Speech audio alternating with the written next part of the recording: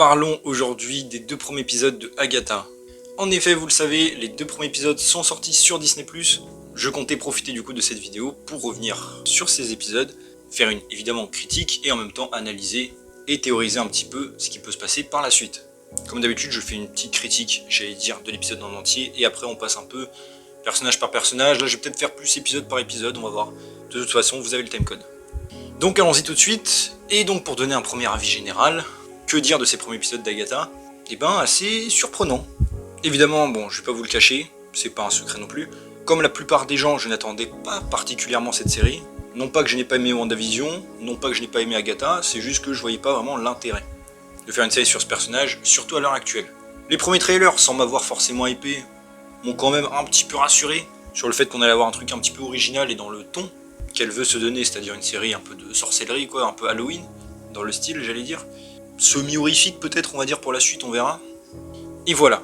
Le vrai problème avec cette série, et je pense qu'on en reparlera une fois que la série sera terminée, c'est que j'ai l'impression que ça va être plutôt une bonne série, j'allais dire, telle qu'elle est censée être, c'est-à-dire un spin-off sur un personnage précis avec des thèmes précis, mais que ça va déplaire peut-être aux fans plus globaux, j'allais dire, du MCU, qui aimeraient plus que la saga se continue, en tout cas que la saga commence à se relier les unes aux autres par rapport au projet et par rapport à Avengers, si vous voyez ce que je veux dire. Et je pense que ça va être vraiment tout le problème de cette série et même de son audience. Mais bon, on verra évidemment une fois que tout sera sorti. Force est de constater que pour ces 2 premiers épisodes, en avis général, je trouve que la série s'en sort vraiment pas trop mal. Car sans être forcément mon style de série ou de genre, j'allais dire à la base je regarde ça surtout parce que c'est un truc Marvel évidemment, et bien force est de constater que je suis plutôt pris par cet univers, qui ressemble beaucoup évidemment aussi un petit peu à celui de WandaVision, qui est personnellement ma série préférée qu'ils ont fait avec Disney+, pour le coup, pas une série MCU au total, hein, mais juste pour celle de Disney+, que j'avais trouvé vraiment bien travaillée et adaptée à ces personnages.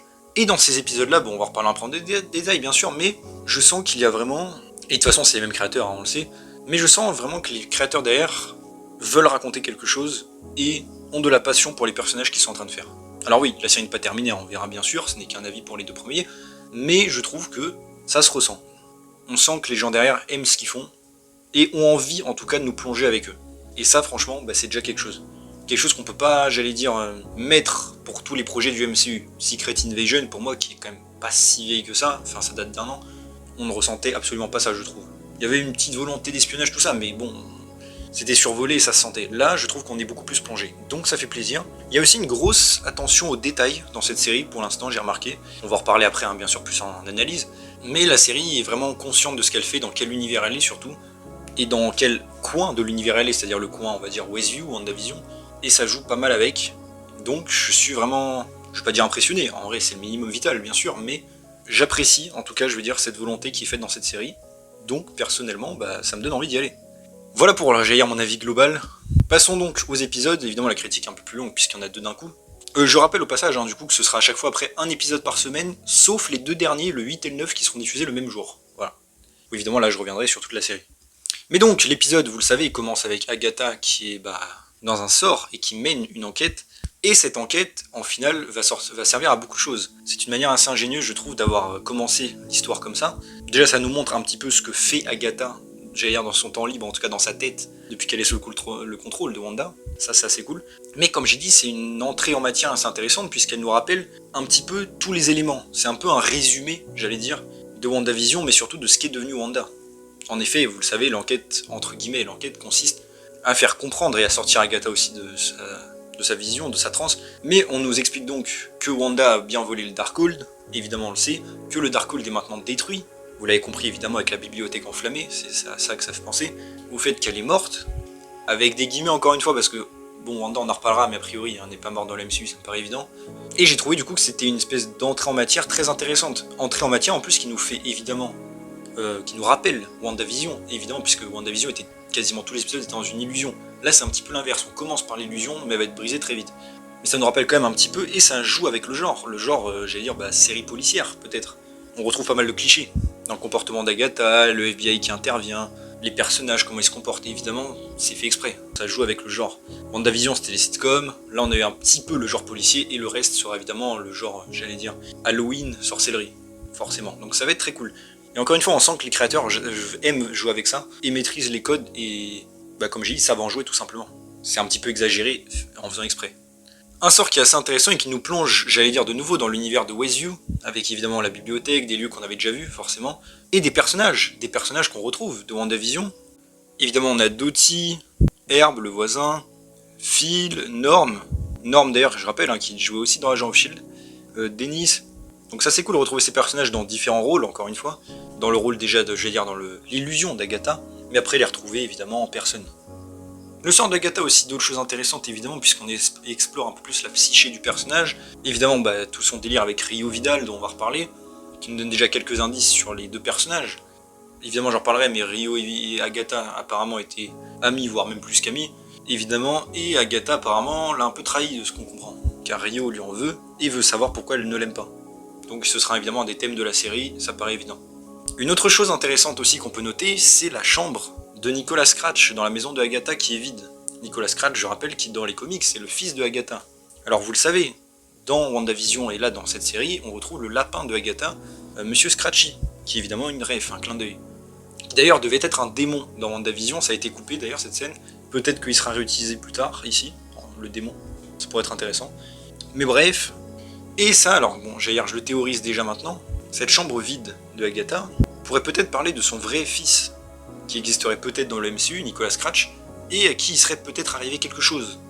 En effet, je rappelle que la sorcière Jennifer Kale, plus tard, dira à Agatha si elle n'a pas un autre enfant à sacrifier. Cela pourrait être un clin d'œil sur le fait qu'Agatha ait fait quelque chose à son fils. Ça pourrait être expliqué peut-être la relation qui va se créer avec le personnage de Tin, l'adolescent, dont on ne sait pas le nom pour l'instant. Bref, ça met quelque chose en place d'assez intéressant, je trouve. D'ailleurs, dans cet épisode, un truc assez cool, c'est qu'au fur et à mesure, si vous êtes attentif, on peut voir plein de fois qu'il y a certains détails dans le décor qui changent d'un plan à l'autre, c'est fait exprès, pour montrer que le sort d'Agatha, enfin, ce n'est qu'une illusion. J'ai bien aimé aussi tout le jeu avec Wanda, le fait qu'on voit son cadavre. Peut-être dommage du coup qu'on voit pas, j'allais dire l'actrice, c'est sans doute une question de budget, mais en vrai il n'y a pas vraiment besoin de la voir, je trouve, là, le mystère se résout de lui-même, j'allais dire. J'ai bien aimé aussi la liste avec les utilisateurs du Darkhold, on peut voir Agatha évidemment, Wanda sur la liste, enfin plus ou moins, et peut-être d'autres dates qui auraient pu correspondre à d'autres personnages d'avant dans le MCU, ça pourrait être intéressant, mais bon. Et on a Agatha du coup qui se libère enfin de son sort, on découvre que depuis longtemps elle fait ça en fait dans sa maison, des choses intéressantes. On peut voir même plus tard qu'elle a une fausse voiture, enfin bref, tout est expliqué après. On sait aussi du coup qu'elle est tombée sur le garçon, qui n'a pas de nom pour l'instant évidemment, qu'elle l'a aussi aidé à se libérer. Rio Vidal, elle pour le coup, c'est entre les deux. Elle est là aussi pour en apprendre plus sur elle. D'ailleurs la coïncidence que les deux arrivent en même temps est assez troublante, forcément parmi eux. Pourquoi 3 ans après, pile? Ça va être intéressant aussi, et j'espère que ce sera expliqué, parce que pour l'instant il n'y a pas de réponse. Agatha qui découvre aussi que ses voisins en fait s'occupaient d'elle un petit peu et jouaient le jeu. Ils sont assez gentils et toujours traumatisés d'ailleurs de Wanda, c'est assez triste. Et on a donc la découverte aussi que le personnage du garçon ne peut pas dire son nom.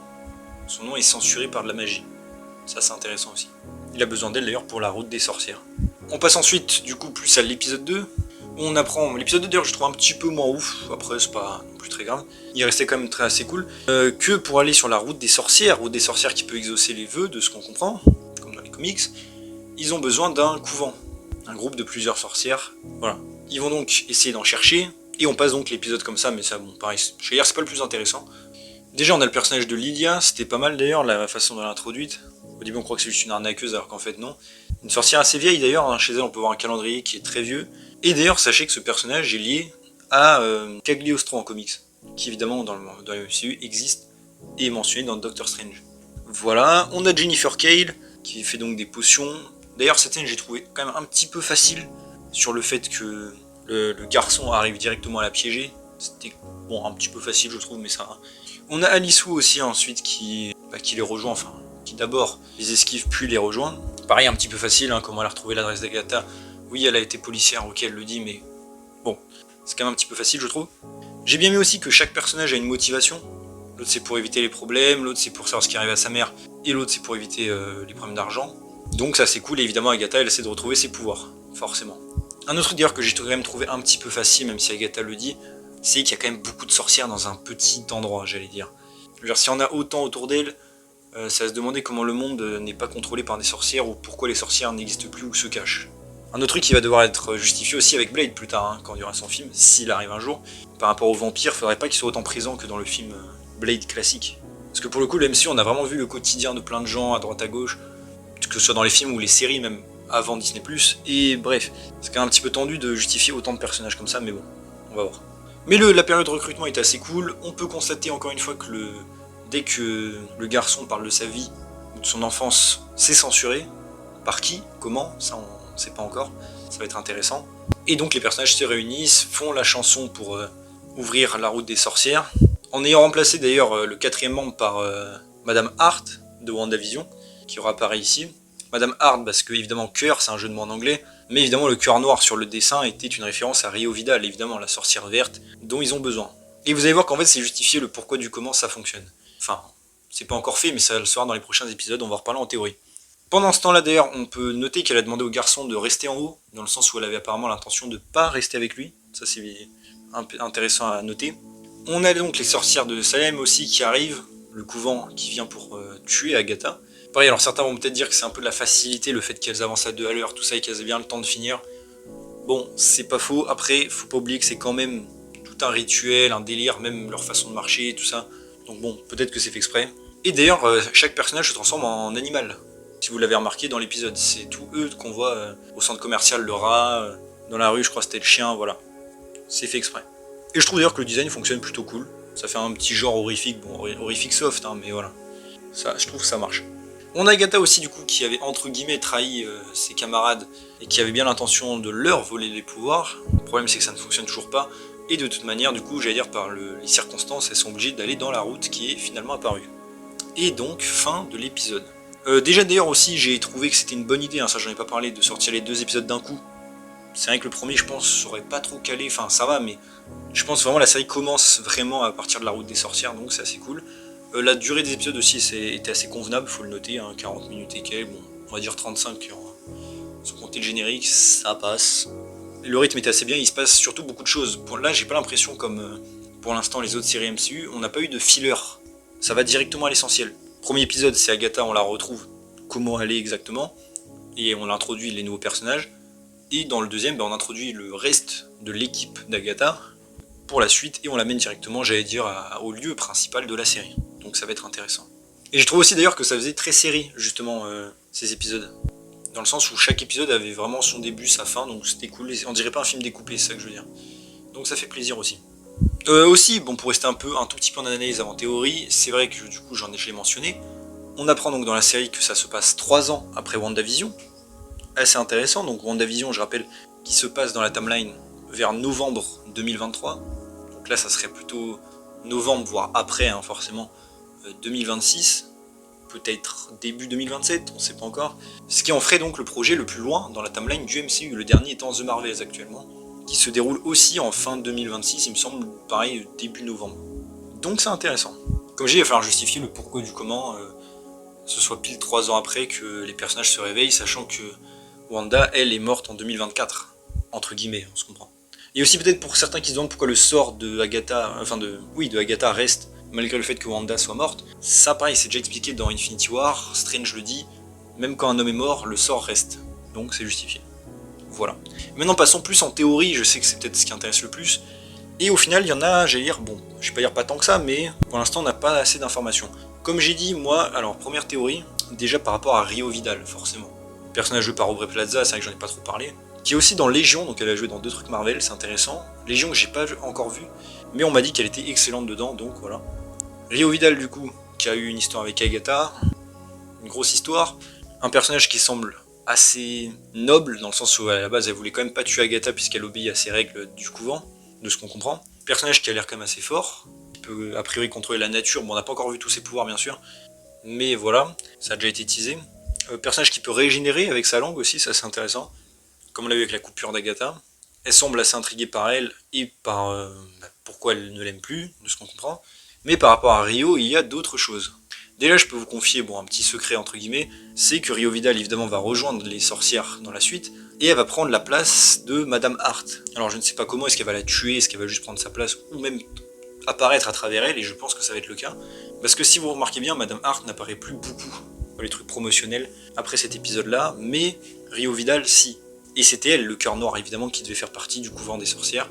Donc je pense qu'elle va soit se transformer peut-être à travers Madame Hart, soit la tuer, mais en tout cas il y aura quelque chose. Voilà, donc ce sera aussi justifié le pourquoi du comment la magie a fonctionné dans l'épisode 2. Et aussi, évidemment, un autre truc intéressant, c'est qui est réellement Rio Vidal. Est-elle liée à quelqu'un ou à quelque chose? En effet, bon, déjà l'actrice avait un petit peu teasé qu'il y aurait un petit twist concernant son personnage, alors ça pourrait être tout simplement le fait qu'elle prenne la place de Madame Hart, mais bon, évidemment ça peut cacher autre chose. Beaucoup à l'époque théorisaient qu'elle était Morgane Le Fay, a priori non, et je rappelle, ce personnage existe déjà dans le MCU. Si c'était elle, ce serait tout simplement un recast, a priori. Mais bref, a priori c'est pas elle, de toute manière, même les licornes ne le sous-entendaient pas. Certains avaient théorisé que ça pouvait être l'enchanteresse de Thor, alors elle habillée en vert comme elle. Pareil, évidemment je ne pense pas, c'est une sorcière à part. Mais un truc intéressant, c'est qu'elle pourrait être liée à Méphisto. Et pourquoi Méphisto? Eh bien de plusieurs manières. Déjà, la plupart des choses, c'est que toutes les horloges, quand Rio apparaît, s'arrêtent sur 333, donc 3h du matin. Évidemment, tous les 3, c'est un truc pour faire ensuite 666, le chiffre du diable. Vous voyez évidemment le clin d'œil, forcément. Déjà, il y a ça. Un autre truc que je rajoute aussi, c'est que les liqueurs à un moment avaient teasé un lien avec Méphisto d'une manière ou d'une autre. Du coup, pareil, ça rajoute, j'allais dire, du poids, même si c'est que des rumeurs. Mais un autre truc intéressant, c'est qu'elle parle de son cœur noir. Et même le dessin que la voyante a fait symbolise un cœur noir. En anglais, c'est Blackheart. Blackheart, si vous vous souvenez bien, c'est le fils de Méphisto, qui était déjà d'ailleurs apparu dans Ghost Rider, premier du nom. Dans les films, je parle. Donc, peut-être que ce personnage pourrait être tout simplement la fille de Méphisto, qui serait donc Blackheart, mais qui serait là une fille dans cette version-là. Ou un homme qui change d'apparence, hein, je veux dire, les démons, bon. Voilà, je veux dire, même Méphisto peut prendre l'apparence qu'il veut, donc ça pourrait être intéressant. Blackheart, du coup, qui serait une version féminine, pourquoi pas, c'est un démon assez puissant. Après, pourquoi se faire passer pour une sorcière? C'est ça le truc que je me dis à chaque fois. Ce serait un peu bizarre. Ou alors, dans cette version-là, ce serait pas vraiment un démon, mais tout simplement une sorcière avec des pouvoirs, mais qui serait la fille de Méphisto, pourquoi pas. Méphisto, qui, je le rappelle, d'ailleurs, sera dans Ironheart. Ça, c'est officiel. Joué par Sacha Baron Cohen. Qui, de rumeurs, voudrait mettre de la main sur la technologie Stark. Et selon certaines autres rumeurs, aurait la tour des Avengers. Mais ça, c'est encore à voir. Donc, c'est assez surprenant, encore une fois, qu'est-ce qui se passe avec ce personnage. Et certaines autres théories disaient que ça pourrait être tout simplement Méphisto lui-même. Mais ça, personnellement, je n'y crois pas trop. Tout simplement parce que, comme j'ai dit, on a déjà un Méphisto qui va arriver dans le MCU. Alors oui, le personnage peut changer de forme, hein, évidemment. Qu'il pourrait très bien devenir Rio Vidal. Mais pourquoi est-ce qu'il s'intéresserait à Agatha précisément? Pourquoi il aurait des pouvoirs, j'allais dire, de sorcière classique?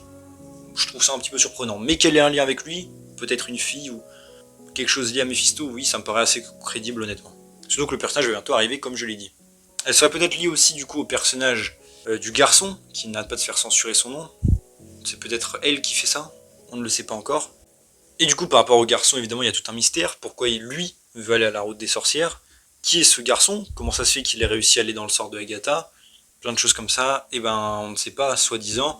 Évidemment, bon, les rumeurs le disaient, mais ça me paraît évident, il s'agit en fait de Billy Kaplan, ou plutôt la réincarnation de Billy Maximoff, le fils de Wanda. Comme ça arrive en comics, le truc c'est que selon les rumeurs en fait dans cette histoire-là, Billy Maximoff, quand le Hex a été détruit, son âme qui existait pourtant, est partie, comme celle de d'ailleurs Tommy, son frère, et lui, grâce à ses pouvoirs magiques, a réussi à rentrer dans l'âme d'un garçon qui était en train de mourir. De ce qu'on a compris, c'est un peu ça, enfin, ce que les rumeurs disaient. Et il s'est trouvé donc une nouvelle famille, et voilà. Je suppose donc que Billy, puisqu'a priori ce sera bien lui, essaiera du coup, j'imagine, de retrouver sa famille comme ça. Des rumeurs disent d'ailleurs qu'il cherchera aussi Wanda, mais ça c'est à voir. En tout cas voilà, le mystère, hein, j'allais dire, il est pas non plus incroyable par rapport à ce garçon, comme il l'appelle. Et du coup, par rapport à la route des sorcières en général, et ben pareil, ça va être assez intéressant. Je pense que la majorité de la série va prendre place ensuite là-bas. Parce que bon, comme vous le savez, il y a plein d'endroits avec plein de décors et plein de créatures dans les trailers. Je pense qu'on peut être sûr quasiment que ce sera dans la route des sorcières et qu'elle va leur faire voir des choses, visiter des endroits. Et que même, j'allais dire, la série et la créatrice, Jack Schaeffer, va s'en servir pour jouer avec les styles un peu comme WandaVision le faisait. Ça me paraît évident que ça va être ça. Donc je pense qu'on peut parier même que toute la série prenne place là-bas. Mais elles seront quand même traquées évidemment par les sorcières et tout, enfin bref. Un truc intéressant du coup, c'est qu'est-ce qu'Agatha fera une fois arrivée au bout. Agatha qui est déjà allée, hein, de ce qu'on sait. Donc ça va être intéressant. Est-ce qu'elle avait eu son vœu? Et là du coup, le vœu c'est de retrouver ses pouvoirs, mais je pense qu'elle ne fera pas que ça dans la série. J'imagine qu'à la fin elle va devenir plus gentille. Je suis sûr qu'ils vont te faire un délire comme ça. Non pas que ce soit forcément mauvais ou prévisible, hein, juste que ce serait logique pour le personnage qui va sans doute s'adoucir avec ses nouvelles amies. Et par rapport à Wanda Maximoff aussi, qu'est-ce qui se passe avec elle? Wanda du coup qui est quand même mentionnée dans cette série, mentionnée pour avoir disparu. D'ailleurs, enfin oui, elle est morte dans la vision d'Agatha. Rio Vidal en anglais dit bien gone, she's gone. Donc elle a disparu, elle a pas dit she's dead. Mais bon, Encore une fois, on verra. Est-ce que tout ça va se lier à Wanda? Moi, je pense que oui. Peut-être, pas en dire. En fait, je pense que c'était pas prévu, mais qu'ils ont dû le faire en reshoot. Parce que la série a été beaucoup retournée, hein, ça faut le savoir quand même. Genre, ça fait un moment qu'elle a commencé, mais on sait à moins qu'il y avait eu de très gros reshoots. Donc je sais pas trop ce qui s'est passé, on verra. Mais bref, Scarlet Witch avait eu des rumeurs, c'est vrai, qu'elle aurait un lien avec la route des sorcières. C'est vrai que même dans les comics, il y a la case connue où elle est là, où on peut la voir d'ailleurs avec pieds nus dans le comics, et le cadavre de Wanda dans la vision était pieds nus, et marchait dans une route avec plein de feuilles, comme on peut voir sur la route des sorcières. Donc peut-être que c'est un indice pour nous dire que Wanda est allée là-bas, c'est possible. Des rumeurs disent d'ailleurs qu'elle serait prisonnière dans la route des sorcières, justement. Et pas sûr d'ailleurs que dans Agatha elle soit libérée, mais qu'en tout cas on aurait des refs à ça, ou des clins d'œil sur ce qu'elle est devenue. Je pense que ça va être évident qu'on aura ça. Ce sera intéressant de voir si Billy retrouve sa mère. Encore une fois, je pense pas qu'elle apparaîtra en chair et en os, mais je pense qu'ils feront une référence à elle. Billy d'ailleurs, c'est vrai que je l'ai pas trop mentionné par rapport à son vœu, mais qui sans doute va vouloir que Tommy se réincarne dans une âme. Ça va être ça son vœu, sans doute. Donc ça va être assez intéressant. Et je suis curieux de voir du coup où est-ce que ça va nous emmener tout ça. Donc voilà, désolé, j'étais un petit peu long, mais en même temps il y avait de quoi dire. Comme j'ai dit, il y avait 2 épisodes, la mise en place de beaucoup d'éléments pour la suite, donc ça me paraissait nécessaire d'en parler. J'essaierai évidemment du coup de faire une vidéo pour chaque épisode, on verra si j'arrive à tenir le rythme, mais ça va être assez intéressant. Et c'est vrai que je suis quand même assez curieux de voir où va aller la série, déjà j'allais dire d'un point de vue scénaristique, mais même d'un point de vue externe. Les critiques apparemment sont plutôt bonnes de ce que j'ai vu, les premiers retours. Les gens ont l'air de plutôt apprécier le style. C'est ce que je m'attendais en fait, je suis sûr que cette série va être plutôt bonne, mais comme j'ai dit, son problème ça va être pour l'ensemble du MCU, en tout cas pour certains. Je pense que ça va être ça le problème. Mais je suis quand même curieux de voir du coup où est-ce que la série va aller et si elle aura du succès. J'allais dire pour l'instant je l'espère puisqu'elle est plutôt bonne. Après j'allais dire c'est un peu le cas avec toutes les séries Marvel, souvent le début est plutôt pas mal et la suite devient pas terrible. Donc j'espère qu'on va pas encore avoir droit à cette malédiction, j'allais dire. Secret Invasion, j'ai défendu chaque épisode jusqu'à sa conclusion, en disant qu'on ne sait jamais, pareil, qu'est-ce que va être le build-up, le résultat final. Et le final était pas terrible, donc j'espère qu'Agatha sera vraiment à la hauteur, j'allais dire, de l'histoire qu'on veut nous raconter. Donc voilà, dites-moi vous en commentaire ce que vous avez pensé de tout ça. Est-ce que vous avez aimé déjà ces 2 premiers épisodes? Quelles sont vos théories pour la suite? Pareil, qui est Rio Vidal? Ça je pense c'est la théorie la plus... la théorie la plus intéressante à creuser. Comme j'ai dit, le garçon, on sait tous que c'est Billy Kaplan. Et par rapport à la route des sorcières, pour l'instant on n'en sait pas assez, donc je pense que Rio est la personne la plus intrigante de cette saison pour l'instant en tout cas de ces premiers épisodes. Donc dites-moi tout ça en commentaire, et voilà, donc j'espère que la vidéo vous a plu. Si c'est le cas, n'hésitez pas à vous abonner, liker, commenter, partager, activer la cloche, à me suivre sur mes réseaux sociaux, mon Discord en description, et on se retrouve bientôt pour une vidéo. Salut tout le monde.